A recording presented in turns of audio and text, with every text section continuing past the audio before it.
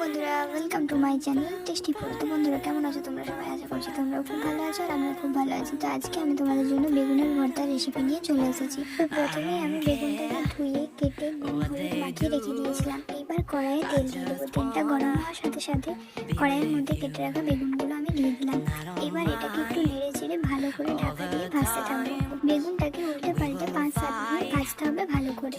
তো এইদিকে বেগুনটা ভাজা হচ্ছে আর এই সাইডে আমি নিয়ে নিলাম একটা থালাতে ধনেপাতা, কাঁচা লঙ্কা, পেঁয়াজের কুচি আর নুন। এইবার এই ভাজা বেগুনগুলোকে এই থালাটাতে নামিয়ে নেব। এবার এই সমস্ত উপকরণ দিয়ে বেগুনটা ভালোভাবে মাখিয়ে নেব।